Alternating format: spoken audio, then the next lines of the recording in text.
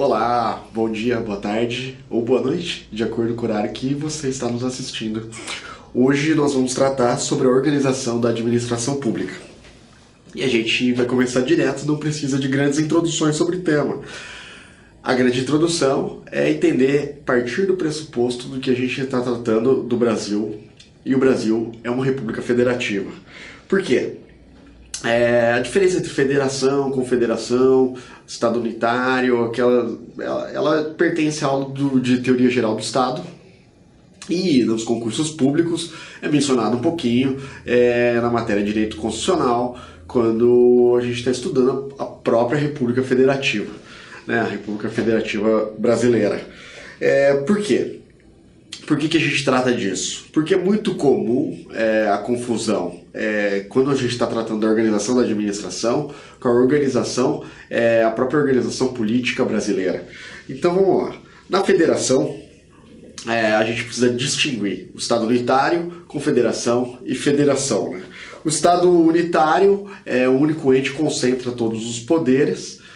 Na confederação, uma união de estados autônomos vai delegar uma parte do seu poder para um estado confederado, e na federação esse poder vem de um estado federado para outras unidades, né? Então hoje a aula vai ser um pouco de bolinhas, né? Porque eu sou péssimo para desenhar. Então a gente vai trabalhar com esferas para ver se a gente consegue demonstrar melhor isso. Então, no Estado unitário, a gente tem um único centro de poder, né? O Estado unitário. Na confederação, nós temos inúmeros. A minha bolinha também é feia, né? Não consigo nem desenhar uma bolinha direito. Nós temos inúmeras fontes autônomas de poder que vai transferir uma parte para um outro poder, que também vai ser autônomo, e a gente tem assim um Estado confederado. Já na federação é o contrário, né? Uma unidade vai conferir poderes autônomos para diversos entes. Então tá aqui. O Estado unitário, o Estado confederado, o Estado federado. O Brasil, a gente vai partir do pressuposto de que o Brasil é uma federação, porque está assim na Constituição, uma república federativa. Então, no Brasil, nós vamos ter aquelas unidades, a União, né? A União, que é esse poder central, e os estados. E no Brasil ainda, a Constituição vai falar em relação aos municípios, né, nas aulas de direito constitucional, na aula de teoria geral do Estado, já foi muito questionado o papel do município no Estado federado. O fato é que a Constituição fala. Então aqui no Brasil nós temos 3 esferas: União, Estado e município, né, e o Distrito Federal também.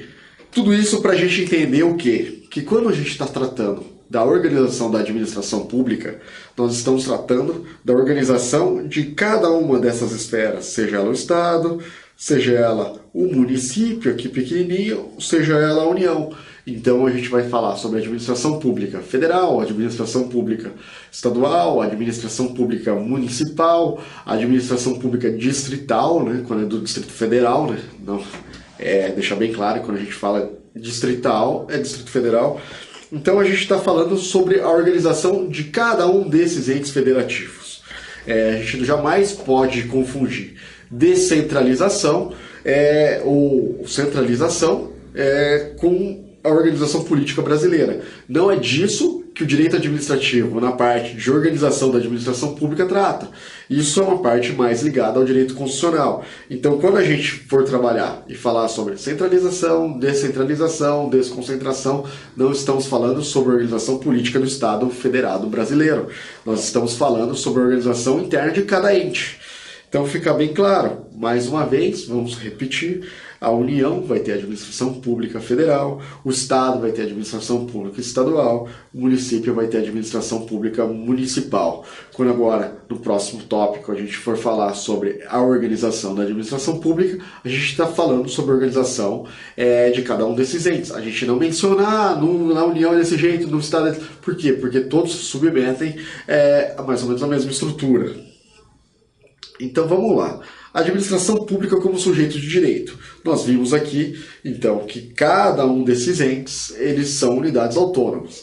E como unidade autônoma, ele precisa se relacionar, seja com o povo que mora, que vive naquela unidade, seja com outros entes, seja com fornecedores, prestando serviços.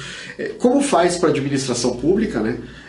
Para aquele ente, né? União, Estado, município, como funciona, como é feito para que ele assuma, se relacione, exista, pelo menos no mundo jurídico, né?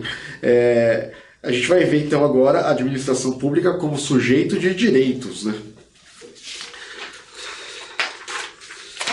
E quando a gente vê a administração pública como sujeito de direitos, a gente pressupõe que para que a função administrativa estatal, e função administrativa já foi objeto de outra aula, né, possa ser exercida, é preciso que existam sujeitos de direitos e órgãos, né? Então, a gente está falando da administração pública como no seu sentido subjetivo, né? Como conjunto de pessoas, órgãos que exercem atividade administrativa. Por isso a gente escreve sempre aqui administração pública com letra maiúscula, diferenciando daquela noção objetiva de administrar, né? Essa acepção, né? Subjetiva, né? De organização, ela vai ter que se relacionar, né? Por que o Estado, por que a administração pública de qualquer dos entes, ela se organiza, ela tem funcionários, né? Como funciona, como vai existir essa estrutura que vai fornecer desde um hospital, uma escola, até um órgão fiscalizador, e vai ter aquelas pessoas que inclusive são eleitas, né, como chefes do Poder Executivo. Então, vamos entender isso. Para que a função administrativa estatal possa ser exercida, é preciso que existam sujeitos de direitos e órgãos. Por quê? Porque a administração pública, Estado, não é palpável, né? Para que eles possam exprimir alguma vontade, eles vão ter que contar com pessoas físicas ou pessoas jurídicas, né? A pessoa jurídica também não é palpável, mas a pessoa jurídica, e daí vai para a aula de direito civil, ela consegue manter uma relação, tem uma série de teorias sobre o surgimento, função, o que é a pessoa jurídica. O fato é que no direito atual, tanto as pessoas físicas como as pessoas jurídicas conseguem exprimir vontade. As pessoas jurídicas também exprimem através das pessoas físicas, né? E assim vai ser com o Estado, vai ser com aquele ente, né? Com aquele ente, como ele vai exprimir sua vontade? Através das pessoas físicas, né? E essas pessoas físicas podem estar agindo de acordo com as suas atribuições ou dentro de uma pessoa jurídica. É preciso que haja personalidade para que esse órgão, para que esse ente mantenha relações jurídicas, atue como sujeito de direitos, que né? E aqui, a gente lembra que no direito administrativo, nós falamos sobre o princípio da legalidade. Então, o que confere a alguém o poder de exprimir a vontade do Estado? O que faz alguém representar a vontade ou manifestar a vontade da administração pública? É a lei. A lei que vai falar, olha, tal pessoa pode falar sobre isso, tal pessoa representa isso, tal pessoa detém competência para analisar determinado assunto. Então vamos lá. Já que são as pessoas físicas que exprimem, né, a vontade, seja elas agindo por si, né, dentro das suas próprias competências ou dentro das competências de uma pessoa jurídica, né, exprimindo a vontade de uma pessoa jurídica que é competente para falar, para agir dentro dentro daquele organismo que vai fazer, a gente vai compreender isso no próximo tópico, como é feita a estrutura do Estado, né?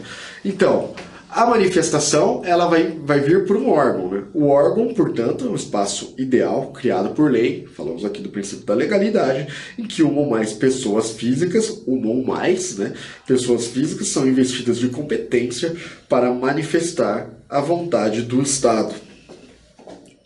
Quem cria o órgão é a lei. Então a lei vai falar qual é o órgão, como esse órgão é composto e quais são as competências que esse órgão detém para manifestar a vontade do Estado. Então, o órgão pode ser unipessoal. Em geral, quando a gente fala em órgãos unipessoal, a gente lembra imediatamente da chefia do Poder Executivo, né? Mas nem sempre não precisa ser isso. A regra, contudo, é que os órgãos eles sejam formados por conjuntos de pessoas físicas, né? Então, quando a gente pensa num órgão, a gente pode pensar num único indivíduo ou também num conjunto de indivíduos que vão exprimir a vontade. Talvez não seja, inclusive, dentro de uma pessoa jurídica, pode ser dentro da própria administração. A gente vai entender tudo com calma quando a gente mostrar a questão da concentração, desconcentração, centralização, descentralização, né? O que é relevante para a gente aqui? O órgão é criado por lei, mas ele não possui personalidade jurídica. Ele vai exprimir a vontade de alguém, mas ele mesmo não possui personalidade jurídica. E agora, né, a gente vai entender onde entra o órgão dentro dessa administração. Mais uma vez, a gente não pode confundir o Estado unitário, o Estado federado, o Estado confederado com a organização da administração pública. Por quê? Porque agora, mais uma vez, eu vou mencionar Estado unitário, Estado federado, Estado confederado, mas apenas porque facilita a compreensão de como o Estado age, de onde o Estado emana poder, né? Então, o Estado, como sujeito de direitos, ele vai poder executar diretamente suas atividades. Ele faz isso como? Ele faz isso através dos seus órgãos internos. Os órgãos não têm personalidade jurídica, mas eles vão atuar como se fosse o Estado. O órgão vai ter competências específicas, o trabalho vai ser dividido entre os agentes públicos, né, especialmente os servidores públicos nesse momento, e daí a Constituição vai gerar uma falsa impressão de que as competências administrativas são concentradas e centralizadas, né? Caberiam às pessoas políticas, né?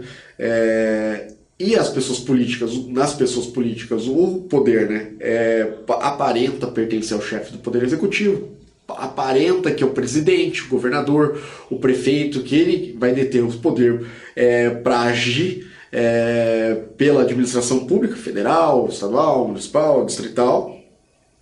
E então vai parecer que uma única pessoa ela vai atuar para representar aquela vontade daquele ente, né, daquela pessoa política, do Estado como sujeito de direitos. O que a gente precisa entender primeiro? Que quando a gente falava do Estado unitário, o Estado detinha todas as competências, concentrava e irradiava todas aquelas atividades, né, todas aquelas funções, né? Veja, o Estado unitário, o Estado federado, o Estado confederado não tem nada a ver com descentralização. Então a gente não pode confundir o fato de ter um Estado federado, ou seja, com competências divididas, né, com entes autônomos que se uniram, ou um ente autônomo que delegou competências e autonomia para outros entes, que eles atuem com cooperação. A gente não pode confundir isso com concentração e desconcentração. Por quê? Porque dentro de cada unidade, o chefe do executivo, de acordo com a Constituição, aparenta concentrar as competências. Então, uma única pessoa aparenta concentrar toda a competência, todas as atribuições das funções administrativas, né? Então, a concentração seria isso. Uma única pessoa ou um único órgão, ele vai concentrando todas as funções administrativas. Isso vai ser semelhante, mas assim, apenas num sentido bem básico, da centralização. Por quê? Na centralização, a atribuição das funções administrativas, elas pertencem apenas às pessoas políticas, que utilizarão toda a sua estrutura para tanto. Então, qual a diferença da concentração, né? Na concentração, um único órgão ele vai realizar todas as atribuições, todas as funções administrativas. Na centralização, não é um único órgão, é a própria administração direta que vai realizar todas as funções com vários órgãos, com a ajuda de vários órgãos, né? E isso vai se contrapor a desconcentração, né? Que é a repartição de competências administrativas públicas estatais entre diversos órgãos internos da pessoa política. Então, veja, concentração, uma única pessoa. Desconcentração, vários órgãos dentro da mesma pessoa. Por isso que a desconcentração está ligada à centralização, né? Desconcentração, centralização, por quê? Porque continua dentro da pessoa política, né, dentro da pessoa política, a atribuição, a execução das funções administrativas. E a centralização vai se contrapor à descentralização. A descentralização é a transferência de poderes e atribuições das pessoas políticas para as pessoas jurídicas de direito público ou de direito privado realizarem a função administrativa. Então, na descentralização, aquela pessoa política não é suficiente para realizar todas as funções administrativas. Ela vai o quê? Ela vai passar algumas dessas funções para alguns órgãos, mas algumas pessoas jurídicas, então elas têm personalidade própria, então ela vai transferir para algumas pessoas jurídicas, que podem ser pessoas jurídicas de direito público ou de direito privado, a realização, a execução dessas funções administrativas. Então vamos lá, vamos deixar bem clara a distinção. Então a gente já viu o circulinho do Estado unitário, o circulinho do Estado federado, né? Ele vem primeiro e depois vem as bolinhas de fora, e daí a gente já viu que no Estado confederado as bolinhas de fora elas não poderiam para a bolinha de dentro. A gente está falando do Estado federado, né? O poder de dentro deu poder para o poder de fora. Veja, vamos voltar aqui. Não estamos falando sobre a divisão política brasileira, né? A gente está falando sobre a estrutura organizacional da administração pública. Então vamos lá. Na concentração, um único órgão, ele vai concentrar todas as atribuições que cabem ao Estado, né? Ele vai representar o Estado, ele vai prestar serviço público, ele vai realizar todas as atividades que envolvem a função administrativa. Veja, esse circulinho aqui, ele não se confunde com aqueles circulinhos aqui de cima.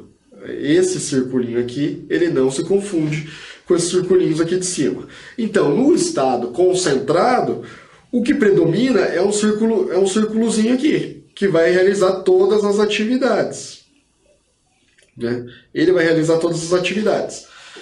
E o que acontece na desconcentração? Como esse círculozinho aqui não consegue realizar satisfatoriamente todas as funções, esse círculozinho ali, ele começa a contar com uma série de órgãos maiores, menores, e isso vai gerar a estrutura da administração pública direta. E aqui nós falamos em centralização. Olha, administração pública centralizada. Então aqui, vamos de novo, vamos com calma, né? Então vamos lá. Estado unitário, Estado federado, Estado confederado. Não importa aqui essa divisão. Por quê? Porque a gente está tratando de uma só dessas bolinhas aqui. Seja ela... aqui a gente parte do pressuposto de que estamos tratando do Estado federado, então seja ela a União, seja ela as bolinhas dos estados, seja ela as bolinhas do município. Não vamos entrar na discussão se o município participa ou não da federação, né? A gente está tratando de cada uma dessas bolinhas. Dentro dessa bolinha, e aí vem a confusão, né? A confusão em geral, não dos senhores e das senhoras, né? Mas a confusão sobre concentração e Estado unitário. Não tem nada a ver. Não tem nada a ver. Por quê? Na concentração, o que significa? É que um órgão só, dentro de uma dessas bolinhas, né, que a gente, seja a União, o Estado, seja o Distrito Federal, seja o município, então um órgão só conseguiria realizar todas as tarefas, né? Na desconcentração, essa bolona, né, que é essa primeira, ela não consegue, ela vai delegando tarefas para os seus subordinados, para outros órgãos dentro da administração pública. Aqui a gente ainda está falando, quando a gente fala de administração direta, sobre aquele ente político. E a administração descentralizada. Na administração descentralizada, esse triangulão aqui cheio de bolinha dentro, ele não consegue ainda fazer uma administração satisfatória. Então ele vai começar a passar algumas de suas atribuições para triangulinhos autônomos, com personalidades jurídicas autônomas, né? Então são pessoas jurídicas de direito público ou de direito privado que vão realizar aquelas funções administrativas que caberia a esses órgãos inicialmente realizar. Então vamos lá. Quando a gente fala em concentração, a gente fala em diminuição do número de bolinhas dentro desse triângulo da administração pública centralizada. Por quê? Para concentrar o poder em um único órgão. Quando a gente fala em desconcentração, a gente está falando que esse órgão não é capaz, mas dentro daquele mesmo ente, dentro da administração pública direta, vão sendo criados órgãos para executar uma série de funções administrativas. Quando a gente fala em descentralização, a gente está falando em outro triângulo, em outro, fora do ente político, né? Às vezes dentro da administração pública, né? Mas fora daquele ente concentrado. Para quê? Para que eles realizem específicas atividades, específicas funções administrativas, né? Veja, dentro de cada um desses triangulinhos pequenos aqui, vão poder existir órgãos, mais ou menos, elas vão poder ser mais concentradas ou menos concentradas. Mas quando no direito administrativo a gente menciona concentração e desconcentração, normalmente a gente está falando daquele triangulão ali, liderado pelo chefe do Poder Executivo, da administração pública direta. Todos esses triangulinhos, né, aqui, ó, sejam eles esses daqui, sejam eles esse grandão aqui, eles vão pertencer à administração pública direta, administração pública em geral. O triangulão, administração pública direta, os triangulinhos, administração pública indireta. Então, o que a gente vai ter? Administração pública direta é a expressão utilizada para indicar o ente político que titulariza a função administrativa, né? A administração pública direta é aquele triangulão liderado pelo chefe do Poder Executivo. Então, a expressão utilizada para indicar o ente político que titulariza a função administrativa. A União, o Estado, o Distrito Federal e municípios, né, atuando diretamente. A administração indireta, a expressão utilizada para indicar aquelas pessoas jurídicas criadas por lei ou mediante autorização que permitem que o Estado exerça indiretamente suas funções. As pessoas jurídicas de direito público ou pessoas jurídicas de direito privado, aqueles triangulinhos que a gente desenhou. Mas muito cuidado. Administração direta e indireta integram a administração pública. É isso que a gente precisa entender. Há, de alguma forma, um poder entre a administração, entre o chefe do Poder Executivo, né, como líder da administração direta, mas também sobre a administração indireta. O que vai mudar? A personalidade jurídica, né? Enquanto uma está concentrada, está concentrada ou desconcentrada, mas centralizada, na outra ela está descentralizada, né? Os triangulinhos agindo especificamente de acordo com a lei de criação. Então agora sim, né, a gente vai compreender finalmente o que a doutrina denomina de organização administrativa. É o conjunto de normas jurídicas que tratam sobre a posição jurídica e formas de atuação de órgãos e pessoas físicas ou jurídicas que exercem a função administrativa. Então aqui a gente lembra de novo, né, que os entes eles são compostos por órgãos, e vão exprimir as suas vontades através da atuação desses órgãos, né, que vão contar com pessoas físicas, e eles vão exprimir a vontade, seja ela uma pessoa física, seja ela uma pessoa jurídica, né? Mas só aqueles que detêm personalidade conseguem exprimir essa manifestação de vontade. Chegamos então ao começo da aula. Brincadeira, né? Já estamos no avançado, né?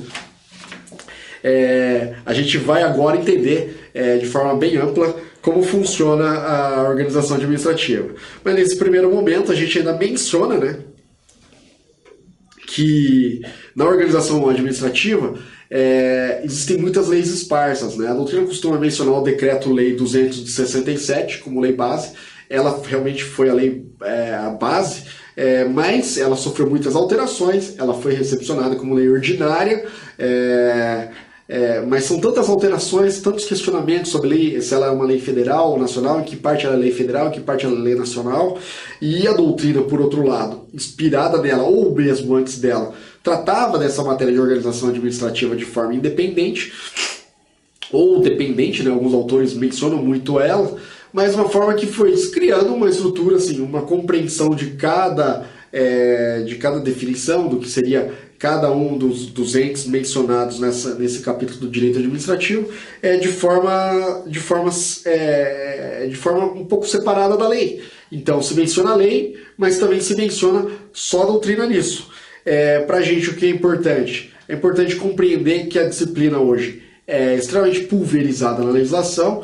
Então a gente tem a compreensão da doutrina e, no caso, nas situações específicas, a gente vai mencionando a legislação incidente. Não existe um único estatuto que a gente vai utilizar como base para tudo. As pessoas jurídicas vinculadas ao Estado. Além do Estado executar sua função administrativa daquela forma concentrada ou desconcentrada, centralizada ou descentralizada, ele ainda hoje, né, ele vai executar sua função administrativa com a cooperação de pessoas que acabam se vinculando ao Estado, e por isso elas são estudadas aqui na aula de organização administrativa, né? Talvez fique mais claro a organização administrativa quando a gente for tratar da aula específica sobre administração direta, sobre concessão, sobre permissão, sobre como o Estado realiza suas atividades, né? Então, o Estado ele vai poder realizar através da sua administração direta, de forma centralizada, ou através da sua administração de forma descentralizada, ou ainda se relacionando com outros entes, né, que são denominados, que estão incluídos dentro das pessoas jurídicas vinculadas ao Estado. Além disso, o Estado celebra contratos, lógico, né? Ele vai conceder, vai permitir serviço público, dos quais ele ainda é titular. Mas olha só, as pessoas jurídicas vinculadas ao Estado, elas de alguma forma realizam funções estatais. E a gente vai ver cada uma delas agora, né, com suas peculiaridades, e vai entender que elas não pertencem à administração direta, não pertencem à administração indireta, elas não pertencem à administração pública. As pessoas jurídicas vinculadas ao Estado são pessoas jurídicas que, embora não integrem a administração pública, cooperam com esta, realizando atividades de utilidade pública. Então, elas não integram a administração pública, mas cooperam com a administração pública, realizando as atividades de utilidade pública, né? As primeiras que a gente vai ver são as entidades paraestatais, ou pessoas de cooperação governamental, né? São as pessoas jurídicas de direito privado, criadas por lei. Olha só que interessante, elas são pessoas jurídicas de direito privado, criadas por lei, que, embora não se submetam à administração pública, realizam atividades assistenciais, educacionais, de determinados setores empresariais e de categorias profissionais, sendo mantidas por contribuições compulsórias, né? Contribuição compulsória, que é muito interessante, por isso que está na lei. Quais são essas entidades paraestatais? Quais são essas pessoas de cooperação governamental? São aqueles serviços sociais autônomos, os integrantes do Sistema S. Não só os integrantes do Sistema S, né, porque hoje em dia existe, por exemplo, a Agência de Promoção de Exportações do Brasil, a Apex Brasil, que é considerado aí dentro dessa categoria, mas principalmente aqueles serviços sociais autônomos, SESI, SESC, SENAI, que atuam, então, realizando atividades assistenciais e educacionais de determinados setores empresariais ou categorias profissionais. As organizações do terceiro setor, né? Organizações não governamentais. Muitos autores trabalham isso completamente separado da organização administrativa, porque eles realmente são fora, né? Qual o problema, né, de quando a gente fala sobre organização do terceiro setor? O terceiro setor é uma definição muito ampla. O que é o terceiro setor? É muito difícil alguém definir exatamente o que é o terceiro setor. Normalmente se busca uma definição residual, né, daquilo que não pertence ao primeiro setor, ligado às atividades, às funções estatais, ou ao segundo setor, ligado às atividades lucrativas da iniciativa privada, e daí vem o terceiro setor, que seriam atividades não lucrativas da sociedade, né? Que se organizaria, né? E através, seja lá, de associações, fundações, mas não só isso, elas podem não ter uma personalidade, inclusive, né? Elas vão precisar de uma personalidade para se relacionar, mas eles podem gerar um grupo para realizar atividades não lucrativas, né? Daquilo que interessa a sociedade. E daí entra dentro do terceiro setor as organizações não governamentais, né, que também é uma expressão que comporta diversas definições. Em geral, quando elas se relacionam com o Estado, elas vão adotar a forma de associação ou fundação de direito privado.